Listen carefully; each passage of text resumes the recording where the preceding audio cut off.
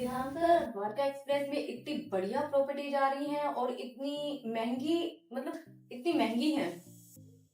हाँ भाई, महंगी है, प्रीमियम है तो महंगी तो होंगी। आज तक क्या होता था, जितनी भी आप प्रॉपर्टीज देख रहे हो, जैसे वो न्यू गुड़गांव की देखो आप, या एक्सटेंशन रोड की देखो, these properties used to match the price point of the locality. Say for example, अगर न्यू गुड़गांव का एक सस्ता सा प्राइस पॉइंट है तो वहाँ प्रॉपर्टीज बहुत महंगी नहीं आ सकती थी।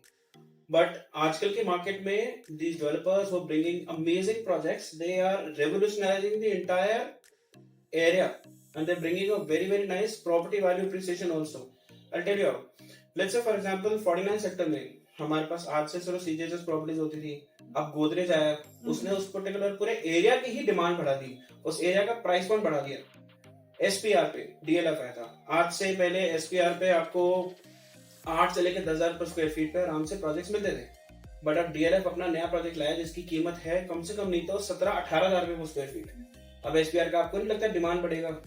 एक तो प्रोजेक्ट्स आ गए डीएलएफ जैसे, उसके बाद साइबर सिटी 2 आ गया, उसके बाद आपके सोशल इंफ्रास्ट्रक्चर डेवलपमेंट हो गया। तो ऑब्वियसली ये जो प्रोजेक्ट्स है ना, अब ये रेवोल्यूशन ला रहे हैं। उस तरीके का सबसे बढ़िया रेवोल्यूशन जो है, सबसे बड़ा रेवोल्यूशन है, वो है एससीडीए। एसडीसीए नहीं, SCDA, this is smart city Delhi airport. जो प्रोजेक्ट है जिसके बारे में मैं बात करना चाह रहा हूँ, this is M3M। M3M Golf Estate Part 2 ला रहा है, which is there in 113 sector. They consider themselves not a part of Gurgaon, they consider themselves as a part of Delhi, क्योंकि you are literally anyway 0 kilometers from Delhi.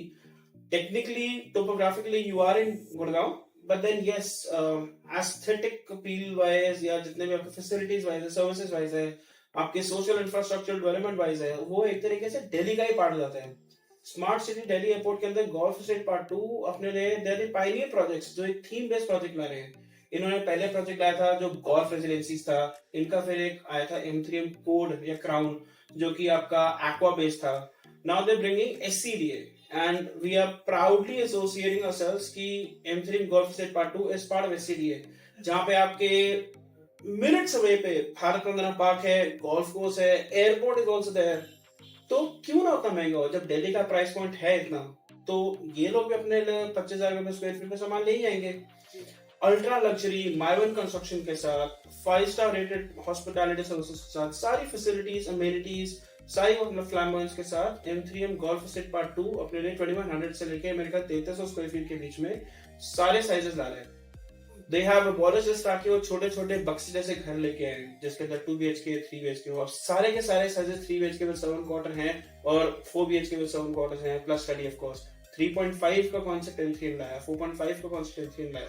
So M3M has brought Golf Estate Part 2, which is an ultra luxury, ultra flamboyant, Marble construction, stone throws away distance from Delhi, एकदम centrally located, जहां से आपका आज की date में established part of Gurgaon भी बहुत पास में, और आपको सारी सर्विसेज मिले। You have concierge services, you have valet services, you have ultra luxury clubhouse, double height entrance lobbies, air conditioned atmosphere.